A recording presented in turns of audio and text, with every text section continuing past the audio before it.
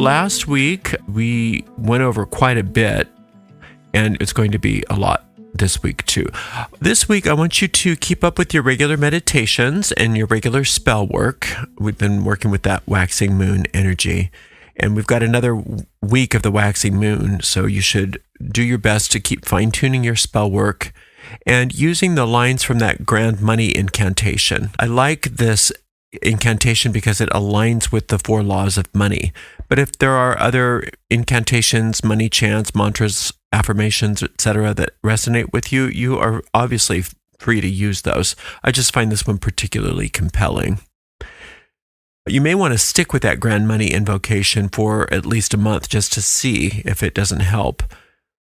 You'll notice that this incantation is very flexible. You can use different parts of it when spending money or working on various aspects of your life.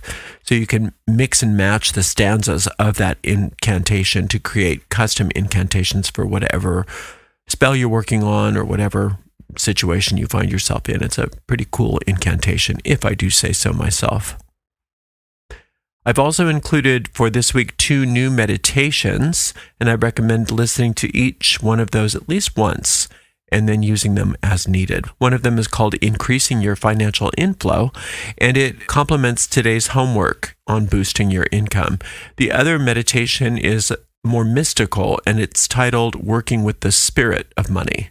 It involves connecting with the spiritual essence behind money.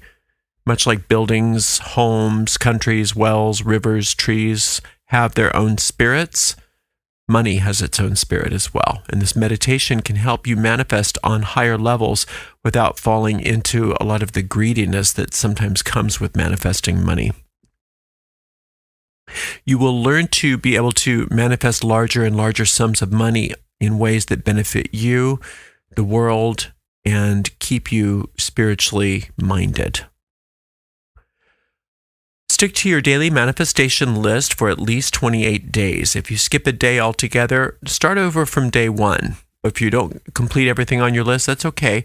Put it on to the next day's list. Aim to finish your list every day, and if not, adjust it. For the daily manifestation list, you might notice that it's tough to complete all 6 items. And if so, there could be several reasons. You might be overloading yourself, so consider breaking items on that list down into smaller parts.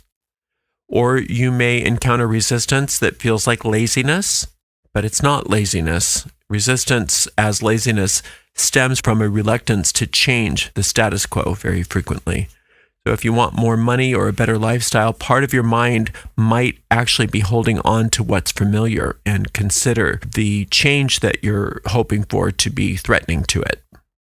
Some of us fear change that can lead to avoiding activities that promote the change that is good for us. So be very gentle with yourself. Take a light approach. Even though it is a boot camp, you can still keep a light touch. You can do both. It's helpful to make your list the night before. Doing it at night lets your mind prepare for the next day and start to get going on some of the things you want to do. Some people find trying to accomplish even 6 tasks can be challenging. It reveals how much time we waste, like spending hours online or on social media. Not that those things are bad, but it's just good to notice. Perhaps you might have planned to read a chapter from a book, or get a massage, or write a letter, clean a drawer, answer some emails, and you found that you didn't complete some or all of those tasks, and then you rolled them over to the next day. And then you still didn't get it done, so you rolled them over to the next day. You might feel like there's never enough time, maybe, to complete these tasks.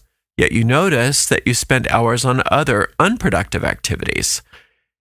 Be gentle with yourself. Be patient and loving with yourself. It's just about noticing. It's not about chastising. It's not about scolding. It's just about noticing. Noticing tends to heal things. When you just notice those things in yourself, the deep mind tends to rush in and start to heal them and change them. So if you can keep from judging yourself and being mean to yourself, hostile with yourself, scolding yourself, and just notice these things with no judgment, things start to move in the right direction all by themselves. As you get accustomed to working with this manifestation list, what you're doing is honing your ability to gauge how much prosperity you can handle. What is too much, what you tend to resist. It's valuable self-knowledge. So allow yourself to make mistakes. Allow yourself to be imperfect. Consider somebody who wants to learn to play the clarinet. They may hit a wrong note and say, well, forget it. I can't do this, and quit. But instead, they ought to acknowledge the mistake, practice again, and make some changes. Maybe play it slower or ask a teacher for help. Gradually, they stop making that mistake, and then they move on to other challenges. Each mistake is a step toward their improvement in mastering the clarinet, and the same principles apply here. Through solving mistakes on the clarinet, you become a skilled clarinet player. Similarly, you become adept at manifesting prosperity by solving the errors that you notice in yourself. So don't worry about making mistakes. You're supposed to. That's part of the process. This week, I want you to also look at refining your goals. Now, when you're doing goal setting, it's another reason to keep a light touch. We're not necessarily creating goals because then we're going to force ourselves to manifest those goals. We are creating goals for ourselves so that we can listen to what we want. A lot of us don't listen to ourselves and don't ask ourselves, what do I want? What do I want? And that's all a goal should be, is what do I want? Wouldn't it be cool if? Wouldn't it be great if? It's not pressure. You're not forcing yourself to do these things. By just creating the goal, and maybe goal isn't a good word, a vision for what you want, then your deep mind gets to work on achieving that for you. It's an easy and relaxed, effortless process. And that's why we work prosperity magic, rather than forcing ourselves nose to the grindstone, work to get these goals achieved. That's what the ego wants to do. Wants to take our visions, our desires, and turn them into horrible tasks that are no fun. So don't think of the goal setting as some horrible task. You're not forcing yourself to do these things. You're just asking yourself what you want, and you're putting it down on paper. And goals can change. You're not beholden to those things. You can abandon those goals or change them or tweak them. So start listing things, especially financial things that you actually want, and also things that you want to eliminate, that you don't want anymore. You get the choice. Isn't that nice to know? You have the power to say yes and no to things in your life. That's prosperity. This week, we are going to focus more deeply on your financial goals. So take some time to sit down with this task and find some sort of opulent place, whether it's in nature or maybe a fancy restaurant, a hotel lobby, somewhere that feels luxurious to you. Just spend some time there and start writing out your financial goals. Consider how many income streams maybe you'd need and how much each would contribute to that figure. You could even use a calculator. You're just letting your conscious ego mind get busy on this for a second. Give it something to do. You are not bound to do any of these things. This is just an exercise. So if you're thinking of making $350 a week, you could find maybe 10 different ways to earn $350 a week. 10 different income streams. Maybe you have a tiny bit of affiliate income here. Maybe you have a little Etsy store over here. A little of this, a little of that. Just thinking like that. Just consider what it would take to earn your financial goals. Now, you may not have one little bit of interest in becoming entrepreneurial, but you can still go through the exercise and consider the idea. Just think about it. Just use your imagination, your creativity. None of this has to happen. You're not beholden to any one of these things. Just use your mind. It's just daydreaming with a pencil and pen. Just focus on what those other income streams might be for you, listing everything you love to do without filtering it. What you love. I love reading. I love eating. I like playing volleyball. I like singing. I love dancing. I love writing. I love blogging.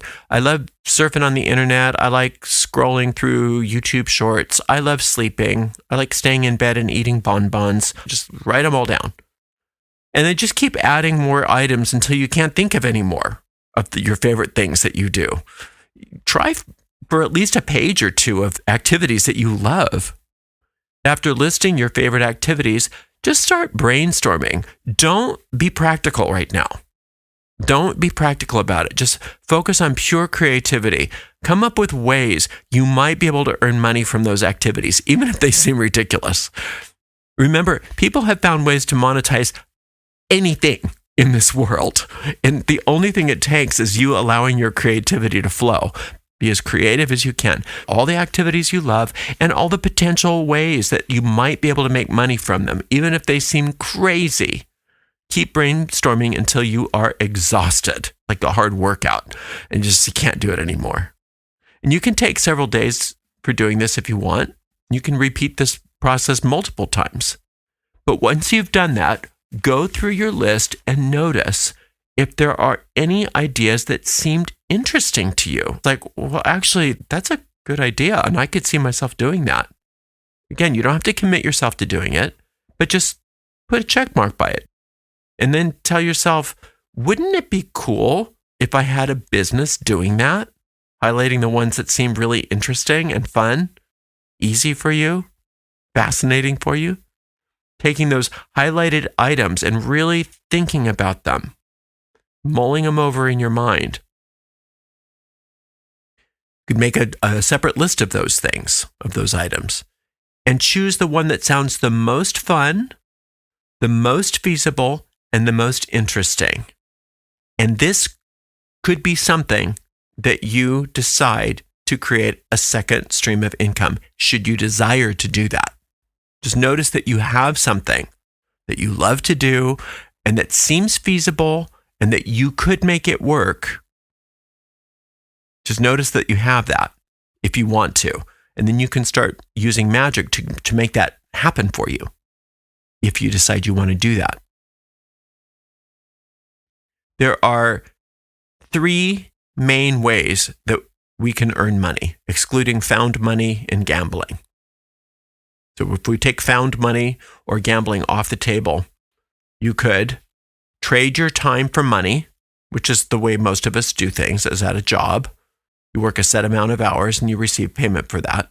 Even if you're self-employed, if you're in a service type industry and you don't have any employees or any kind of way to leverage your time, it's time for money. And that's a wonderful way to make money. That is a fabulous way to make money, but it's the most common.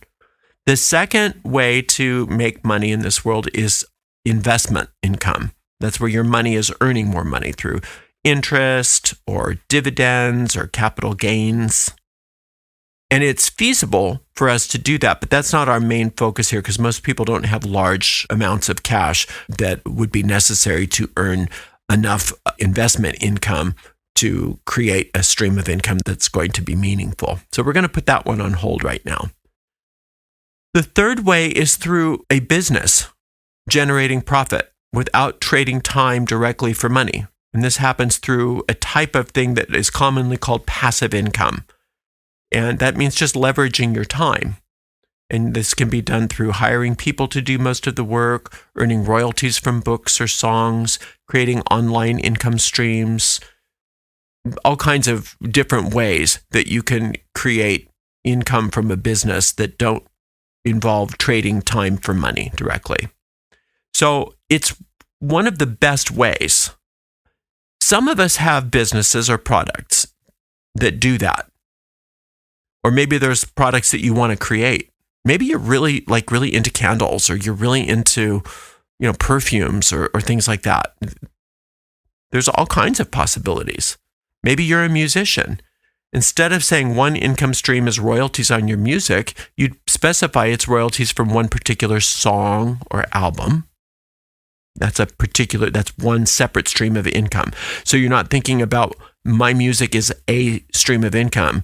Each song is its own separate stream of income. Each album is its own separate stream of income. Each tour is its own separate stream of income. Each product in your store is a separate stream of income. So you can really think of it that way, as many different streams of income, not just my music. When I began my first business, I wish I had guidance, because I learned through trial and error everything not to do. I faced so many failures with my first business, but I kept on trying. I learned how to not fear failure because I failed many times. I had 2 different occult shops in my life, like actual retail shops, storefronts. The second one was much more successful than the first one. I started the first one before I was even 21 years old. And the second one I did in my mid-20s, still figuring things out. I loved making oils and incenses. And I was already teaching classes in witchcraft. So I thought, well, opening a shop would be a great step. I could wholesale my products worldwide to other occult stores. I could sell them retail in my shop, and I could teach my classes. Well, it was successful, but I made so many mistakes and I lacked the right kind of success mindset necessary. I was definitely holding on to my old poverty thinking during this whole process, and I lost everything. I lost my business, I lost my house, I lost my relationship, and I ended up on a friend's couch. And I picked myself up. I got a job at a local coffee house, and a lot of people mocked me for my failure, laughing at me for working at a coffee house as a barista. But I was unfazed. I focused on my next thing. I knew I needed a stable income to fund my next idea. So I took a temporary secretary job, and I minimized my living expenses by sharing a small apartment. And for a couple of years, I worked 40 to 50 hours a week at a job and spent the evenings and weekends on my business. Eventually, my business income allowed me to quit my job. And my job didn't want me to leave because I was a really good employee. But I was ready to move on. And from that point, I found success. And my reason for sharing this is to emphasize, don't quit your day job. Your main primary source of income is there to fund your other ventures and your financial independence. Don't leave your job until your other income streams surpass your salary. And staying would actually cost you money.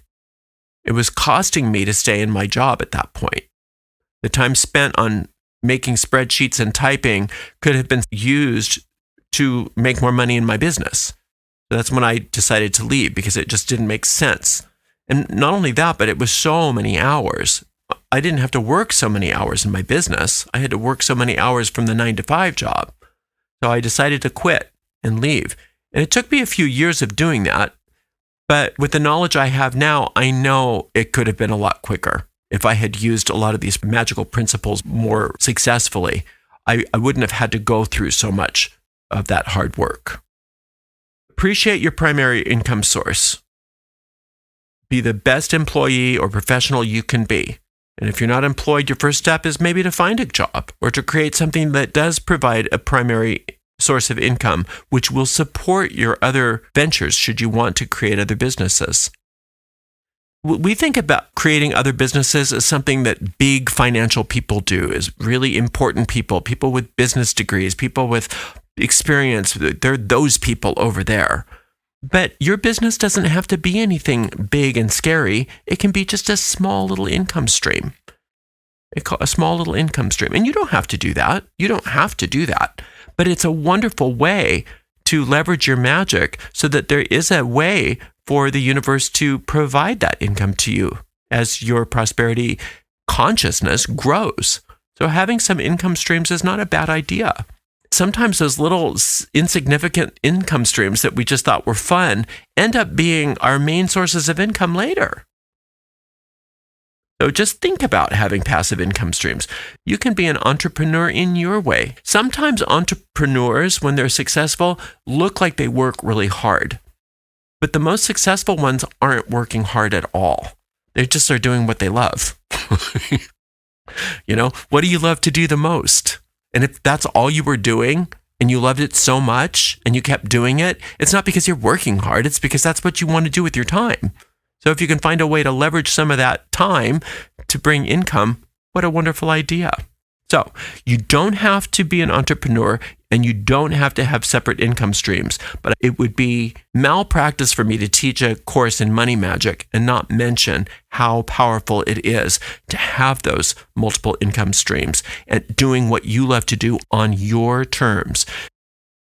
Now, we've discussed that through the power of creativity and your own mind, you can figure out what you want, how much money you want, and what you love to do. You can create income streams by doing what you love, getting as rich as you want to get. You can have as much money as you want to have. That's our discovery for the day. It doesn't matter how long it might take or not take. Don't think in those terms. Don't worry about whether the $1 million that you want comes to you tomorrow. It's okay. Maybe next month or next year. It doesn't matter. Let's take it out of linear time and put it in eternity where it belongs.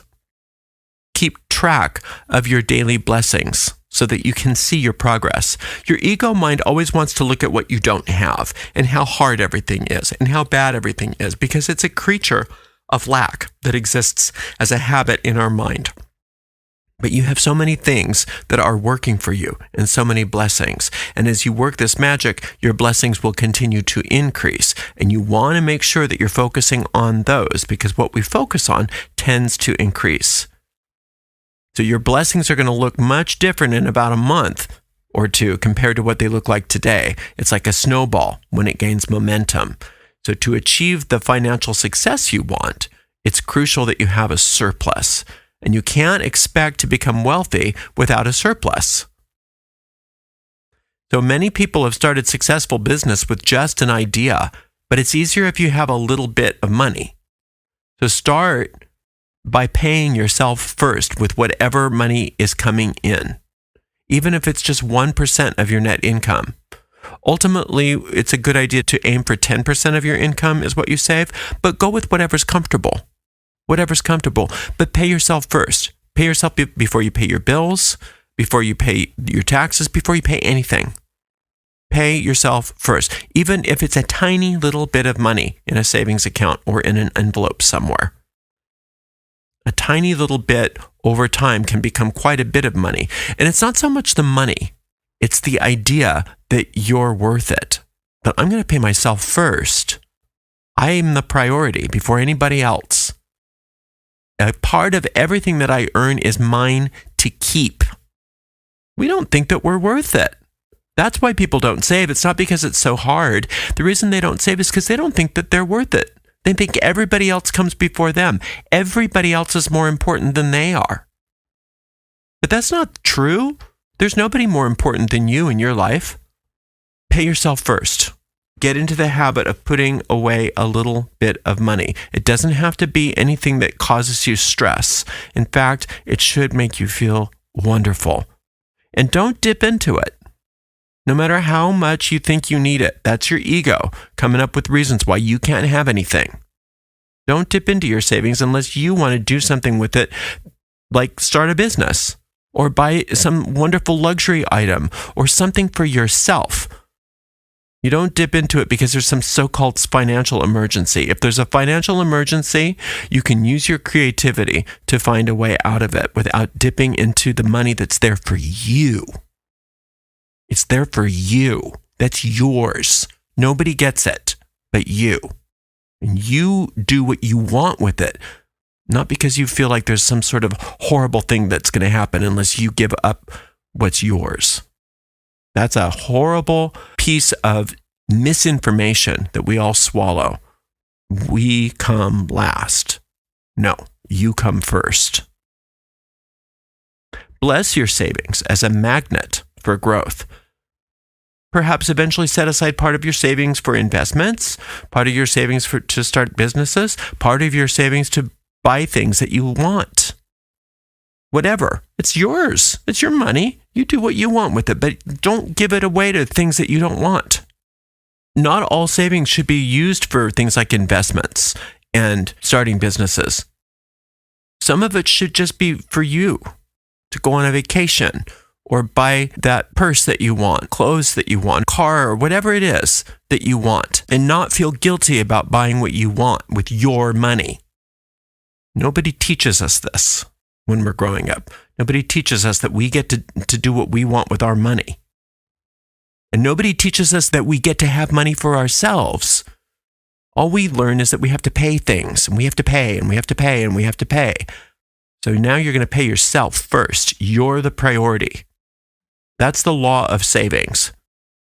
So we've talked about today the law of earning by increasing your income through multiple income streams, possibly, if that's something that's interesting to you. But at least the creativity that you use in creating the idea of multiple income streams is going to be a rush of creative, magical energy that causes an increase in your wealth in some way, whether it's through those or another method. Then we've talked about paying yourself first because it's yours. Part of everything you earn is yours to keep. Nobody gets it.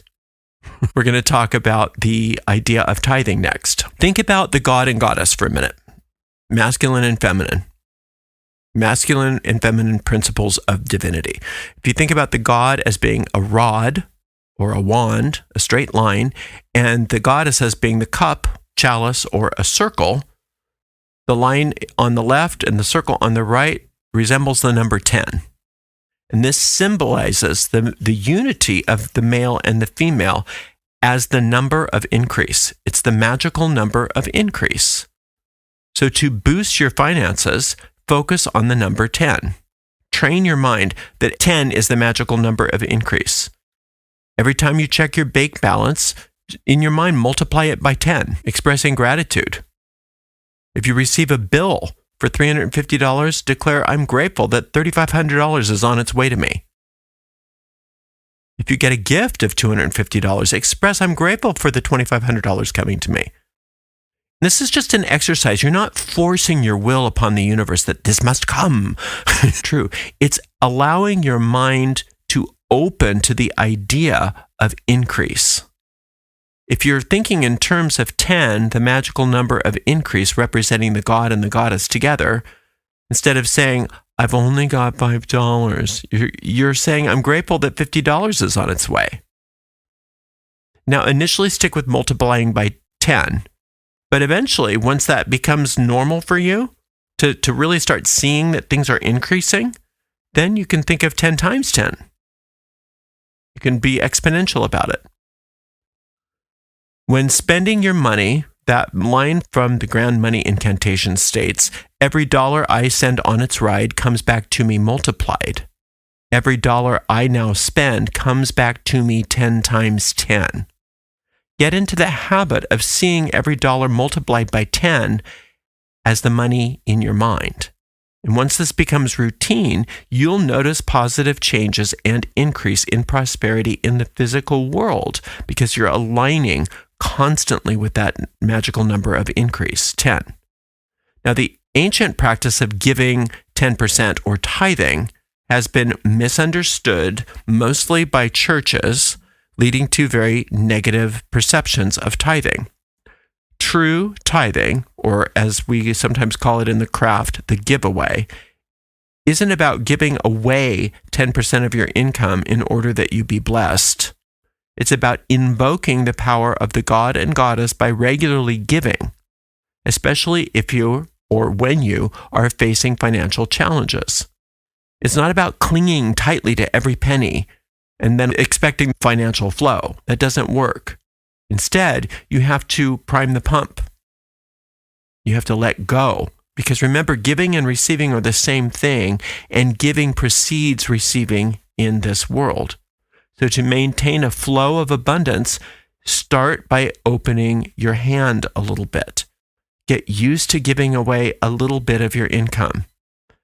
Ideally, yes, you want to aim to give away 1/10 of what you receive, as it's considered the magic number for increase, but you don't have to do that. Nobody is monitoring you, and the universe isn't going to punish you if you don't do it. This is just you learning how to operate the law here. If somebody shows you how to turn on the faucet and the water comes out, it's not you're being blessed because you did some magical operation. You just learned how to do it. So that's what we're teaching you, is just how to do it. So you can start with any amount that you're comfortable with. It's a totally personal choice, where you give, how much you give, whether you give. But if you decide to give, bless it by expressing gratitude for your tenfold return. For example, if you received $5,000, you might consider giving $500 away to a place where you receive spiritual nourishment, and that could vary day to day. It doesn't have to be the same place. And it doesn't have to be one place. You could give to a bunch of different places. It doesn't have to be a church or a specific person. It has to be where you decide. Exploring this concept of giving is best done by meditating and asking your inner guide, where is it best for me to give the money? Many people think they're supposed to give their money. And so they give it, and then they never claim their return, and they miss the whole point. They're wasting their money when you do that. The universe wants you to prosper. When you plant a seed, you must expect a tree or a plant that produces more fruit than you planted. But in order to do that, you need to plant it in fertile ground and nurture it. That's why we say, I accept my tenfold return, not because we are commanding the universe to do something against its will, but because we're nurturing the planting of the seed. When you plant a seed, you expect a plant. That's the natural law. Money works in the same way. If you give it as a seed or a, quote, tithe, do it with an open heart, do it with gratitude, and do it expecting your tenfold return. It's fine to claim it. If you give $500, be grateful for the $5,000 return. Yes, it's a tenfold return, but it's always more. It's always infinitely more. The universe welcomes you when you open your mind. The universe loves you to be prosperous. Some people may never want to do this, and that's fine. You don't have to. There's a lot of so-called rules about tithing that are a scam so that people can get you to give to them. Just be aware of that. It's so unfortunate that the ego mind has gotten a hold of this wonderful tool and sullied it so much, but you don't need to be affected by that. That's why you have an inner guide. And you'll know the right place to give and how much to give by asking. But try giving. Try this and see if you don't start to see a difference, not only in the way that you feel about money, but in the way that money comes to you, the abundance that you experience, and also you no longer are afraid of money and finances anymore. That's the thing that I loved the most when I started to give regularly, is I stopped being so scared about money. I don't worry about spending money anymore because I pay myself first, then I give my tithe, and I know that it's going to return to me. And so I spend the rest of my money more freely, and I'm not so worried about pinching pennies anymore. This practice, amongst other magical methods, has reduced or eliminated most of my financial worries. The key to the giveaway is doing it with a grateful heart, with no conditions, and claiming your return. You don't want to give money to somebody expecting that they use it in a particular way. It's like if somebody gave you a shirt, and then the next time they saw you and they said, "How come you're not wearing your shirt?" That's not really giving openly, right? It's none of their business whether you wear the shirt or not. That was the gift. But then to put conditions on whether you wear the shirt around them or is not truly giving. The same thing goes with a tithe. You give it out of love and then it's gone. If somebody asks you for a tithe and you don't feel like giving it, just say no. Never feel obliged to give money anywhere. And that goes for anybody. You'll notice as you start making more money, people want more money from you. And a lot of people expect you to give to them because of your relationship with them. And remind yourself that you're not obliged to give money to anybody. It must come from you and your connection with your inner guidance. Let's look at your handouts. This week, there's something called a prosperity contract. Now, this is optional, but it's very powerful if you find it's something that resonates with you. If not, just save it for later. It might be something you enjoy at a later time. The idea is to make a contract between you and whatever your concept of a higher power is, like spirit, God and goddess, God, whatever you call it. You specify what you want spirit to help you achieve, and then you write your goals down. And then you note what you will do to strengthen your relationship with spirit, like meditating, volunteering, tithing, whatever your thing is. Next, decide on the actions that you're going to take to support your desire. For example, if you want to start a crochet blog, then you would break down the tasks into small steps. You wouldn't overwhelm yourself. Call a web designer, brainstorm content ideas, search for a domain name, etc. This should be an enjoyable project. The key is to give more value in what you do than what you expect in return. Now, when you're using that prosperity contract, all you're doing is you're understanding the law of giving and receiving, of give and take. You're holding up your end of the agreement, and you know Spirit will hold up its end of the agreement. But your end of the agreement should be things that you love to do and that are fun for you and easy for you to do. You shouldn't be using that contract as a way to flagellate yourself or do horrible, awful things. That's not what the infinite wants from you. It's just a method. It's just a way. And like I said, it's not for everybody. But if it's something that you like, then you go ahead and try it.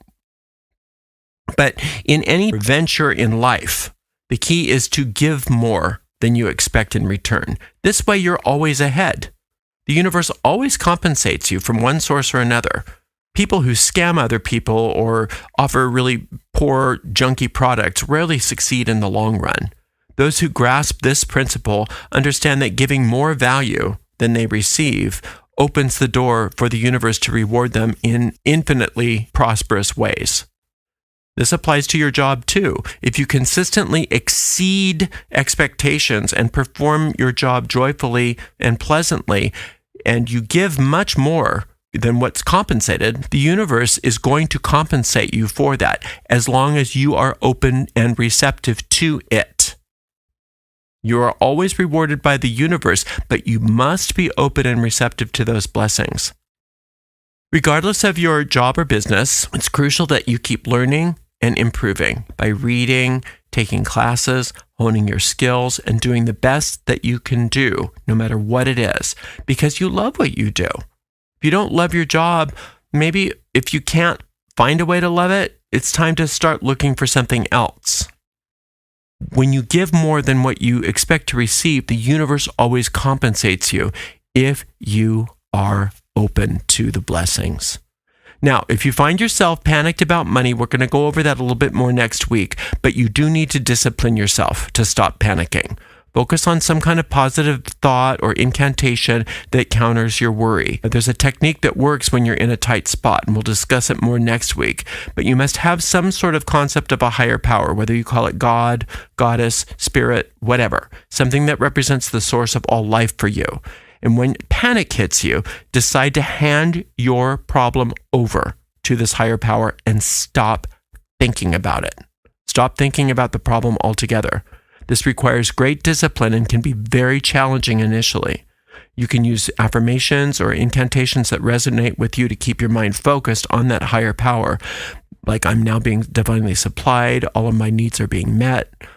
And I provided you with some prosperous ideas in today's handouts. One affirmation is, I give thanks that all my financial and other needs are instantaneously met at all times. Whatever it is, make it your mantra or adapt one of your own. And when you start to panic about money or bills or whatever, acknowledge the problem and then call upon that higher power. Give the problem to the higher power. Know that the higher power is fixing it, and take your mind off the problem and think only about the higher power. This works like magic. And it's the best thing that you can do when you are in a panicked situation about money. What will happen is either the problem will resolve itself, or if you need to do something, you're going to be inspired to do it. You will be inspired. It'll be obvious what to do. But you keep your mind on that higher power, not on your problem. And anytime the panic comes back, acknowledge the panic, acknowledge the problem. You're not going into denial over it, but you're taking it and handing it to that higher power, and then placing your mind exclusively on the higher power, and let the higher power handle the problem, not you. All right, there's lots to do, and it's all laid out in your homework this week. We have one more week of this course, and then we'll be done with it. So I hope that you're enjoying it. If you do the work, I promise that you're going to open your mind up to much, much more prosperity than you ever thought possible. And when you open your mind to something, then it can become a reality. Thank you so much for spending some time with me. Until next time, blessed be.